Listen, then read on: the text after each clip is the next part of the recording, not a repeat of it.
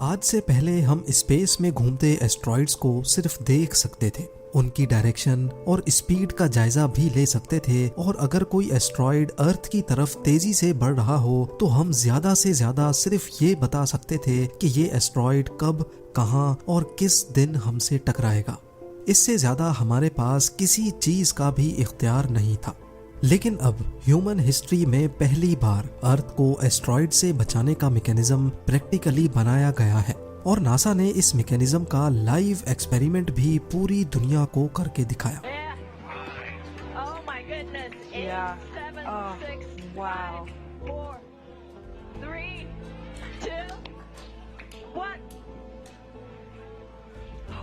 Zeme TV की videos में एक बार फिर से खुशामदीद। नाजरीन, 6.5 करोड़ साल पहले माउंट एवरेस्ट की साइज जितना एस्ट्रॉइड हमारे प्लेनेट से टकराया था। 10 किलोमीटर फैले हुए एस्ट्रॉइड ने अर्थ का पूरा नक्शा ही बदल डाला।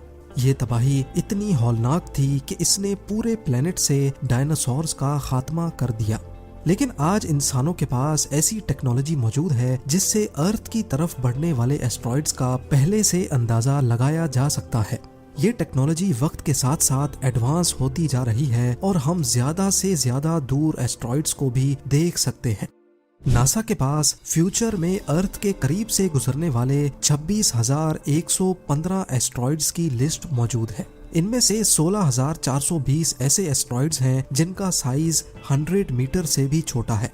8,807 ऐसे हैं जो 1 किलोमीटर तक फैले हुए हैं, और 888 ऐसे एस्ट्रॉइड्स हैं जिनका साइज 1 किलोमीटर से भी ज्यादा बड़ा है। वैसे तो इनमें से कोई भी एस्ट्रॉइड सीधा अर्थ की तरफ नहीं आ रहा, लेकिन फ्यूचर में ऐसा भी हो सकता है कि वक्त के साथ इनमें से कोई एस्ट्रॉइड अपना पाथ बदल ले और सीधा अर्थ से आकर टकरा जाए। सिर्फ 1 किलोमीटर फैला हुआ एस्ट्रॉइड अगर अर्थ से टकरा जाए तो वो इतनी एनर्जी प्रोड्यूस करेगा जितनी 1000 न्यूक्लियर बॉम्ब से पैदा हो सकती है। इसके नतीजे में होने वाली तबाही का अंदाजा लगाना अब शायद आपके लिए इतना मुश्किल ना हो। हमारे प्लेनेट पर दूसरे जरियों से आने वाली तबाही से तो शायद निपटा जा सके, लेकिन एस्ट्रॉइड से बचना नामुमकिन माना जाता है। लेकिन अब नासा ने एक ऐसा एक्सपेरिमेंट करके दिखाया है जिससे हम एस्ट्रॉइड्स का मुकाबला भी कर सकते हैं। जी हाँ, ये एक तरह का प्लेनेटरी डिफेंस सिस्टम है जिसको काइनेटिक इम्पैक्टर टेक्निक कहा जाता है। इस टेक्निक की मदद से अर्थ की तरफ आने वाले एस्ट्रॉइड का रास्ता बदला जा सकता है। लेकिन सवाल है कि आखिर कैसे? असल में अर्थ के बाहर आउटर स्पेस में ग्रेविटी और एटमॉस्फेरिक प्रेशर ना होने की वजह से ऑब्जेक्ट्स को किसी किस्म की भी रुकावट का सामना नहीं करना पड़ता। जो चीज जिस पोजीशन में है वो वैसे ही रहती है। अगर कोई ऑब्जेक्ट 10 किलोमीटर पर आवर की स्पीड से स्पेस में ट्रेवल कर रहा है तो वो हमेशा इसी स्पीड से चलता रहेगा जब तक उसके रास्ते में कोई चीज ना आ जाए। और ये सब सिर्फ इसलिए मुमकिन है क्योंकि स्पेस में वैक्यूम में फ्रिक्शन पैदा नहीं हो सकती। एस्ट्रॉइड्स जो लाखों साल पहले किसी कोलिजन की वजह से बने थे, वो तब से लेकर स्पेस में तेज रफ्तार से चल रहे हैं। अगर वो अर्थ के करीब आ गए तो उनको अर्थ की ग्रेविटी अपनी तरफ अट्रैक्ट करेगी और वो अपना पाथ चेंज कर लेंगे। अगर ये अर्थ के ज्यादा करीब होंगे तो एस्ट्रॉइड हमारे प्लेनेट से कोलाइड भी कर सकता है। इस चीज से बचने के लिए नासा साइंटिस्ट ने एक आइडिया पेश किया कि क्यों ना अर्थ के एटमॉस्फेयर में दाखिल होने से पहले ही इन एस्ट्रॉइड्स का किसी स्पेस प्रोब से एक खास एंगल में कोलिजन करवाया जाए। ये कोलिजन सिर्फ इतना बड़ा हो कि वो एस्ट्रॉइड के पाथ को हमारे प्लेनेट के रास्ते से हटा दे। प्लान के मुताबिक इस किस्म के कई स्पेस प्रोब्स अर्थ के गिर्द ऑर्बिट कर रहे होंगे। जैसे ही नासा को कोई बड़ा एस्ट्रॉइड अर्थ के डायरेक्शन में बढ़ता दिखेगा तो इन स्पेस प्रोब्स को उस एस्ट्रॉइड की डायरेक्शन में एक खास एंगल पर जाकर हिट कराया जाएगा। इस थ्योरी को प्रूव करने के लिए और ये देखने के लिए कि क्या वाकई ऐसा हो भी सकता है कि नहीं, नासा ने एक एक्सपेरिमेंट करने का फैसला किया। इस मिशन को नासा ने डार्ट यानी डबल एस्ट्रॉइड रीडायरेक्शन टेस्ट का नाम दिया। 23 नवंबर 2021 को $325 मिलियन की लागत से बनाया गया dart spacecraft space x falcon 9 rocket के जरिए वेंडनबर्ग स्पेस फोर्स बेस से लॉन्च किया गया। दूसरे स्पेस प्रोब्स की तरह डार्ट में भी थ्रस्टर्स, कैमरा सिस्टम और रेडियो लिंक मौजूद था, जिससे वो लाइव इमेज फीड नासा को भेज सकता है। कुछ घंटों के बाद अब ये अर्थ के ऑर्बिट में आ चुका था। नासा को अब एक सूटेबल एस्ट्रॉइड की जरूरत थी जिससे वो डार्ट को कोलाइड करा सके।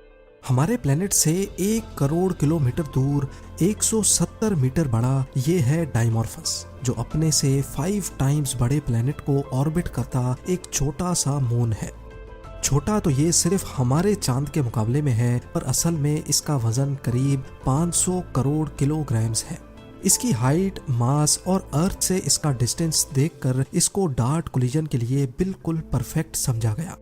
जबकि दूसरी तरफ डार्ट का वजन सिर्फ 579 केजीज है, यानी इसका मास डाइमॉर्फस के मुकाबले में सिर्फ 0.00001% ही है। लेकिन जब बात हो रही हो स्पेस फिजिक्स की तो वजन से ज्यादा स्पीड मैटर करती है। जी हाँ, नासा साइंटिस्ट ने कॉम्प्लेक्स कैलकुलेशंस की मदद से ये नतीजा निकाला कि अगर डार्ट को 23,000 किलोमीटर पर आवर की स्पीड से हिट किया गया तो डाइमॉर्फस की डायरेक्शन में 1% बदलाव आ सकता है। ये तमाम कैलकुलेशंस करने के बाद डार्ट को अर्थ के ऑर्बिट से निकालकर उसकी डायरेक्शन 1 करोड़ किलोमीटर दूर डाइमॉर्फस की तरफ कर दी गई। कई महीनों के सफर के बाद 26 सितंबर 2022 को जब कोलिजन में सिर्फ चंद घंटे बचे थे तो नासा ने डार्ट पर लगे कैमरा से कोलिजन की फुटेज को लाइव कर दिया। फुटेज में देखा जा सकता है कि 23,000 किलोमीटर फी घंटा की रफ्तार से बढ़ता हुआ डार्ट पहले उस छोटे प्लेनेट को क्रॉस करता है जिसके गिर्द डाइमॉर्फस ऑर्बिट कर रहा है। उसके बाद वो सीधा बढ़ता हुआ 2 फुटबॉल फील्ड्स जितने बड़े एस्ट्रॉइड में जा लगता है। ये डार्ट से रिसीव होने वाले डाइमॉर्फस की आखिरी फोटो है, जिसके बाद नासा का डार्ट से कनेक्शन हमेशा हमेशा के लिए टूट गया। ये कोलिजन तमाम नासा साइंटिस्ट के लिए भरपूर खुशी का लम्हा था। हिस्ट्री में पहली बार प्लेनेटरी डिफेंस सिस्टम का एक्सपेरिमेंट कामयाब हो चुका था। एक्सपर्ट्स का मानना है कि कोलिजन होते ही डार्ट तो चकनाचूर होकर बिखर गया होगा, जबकि डाइमॉर्फस इस कोलिजन की वजह से अपने ऑर्बिट से हटकर नया ऑर्बिट अपना चुका होगा, जो कि कुछ इस तरह दिखता है। नासा के इस मिशन का एक्यूरेट रिजल्ट 2-4 हफ्तों में आएगा, जिसमें मालूम पड़ सकेगा कि वाकई स्पेसक्राफ्ट सिर्फ अपनी स्पीड की वजह से अपने से 1 करोड़ गुना वजनी एस्ट्रॉइड की डायरेक्शन चेंज कर सकता है कि नहीं। ये तो सिर्फ एक्सपेरिमेंट की हद तक था, जिसमें एक छोटे एस्ट्रॉइड पर एक्सपेरिमेंट किया गया। लेकिन असल सवाल ये है कि क्या 10 किलोमीटर फैले हुए एस्ट्रॉइड पर भी यही फॉर्मूला अप्लाई होगा कि नहीं। क्या हम ये भूल चुके हैं कि दुनिया पर सबसे बड़ा व्रेडफोर्ड इम्पैक्ट क्रेटर 300 किलोमीटर तक फैला हुआ है।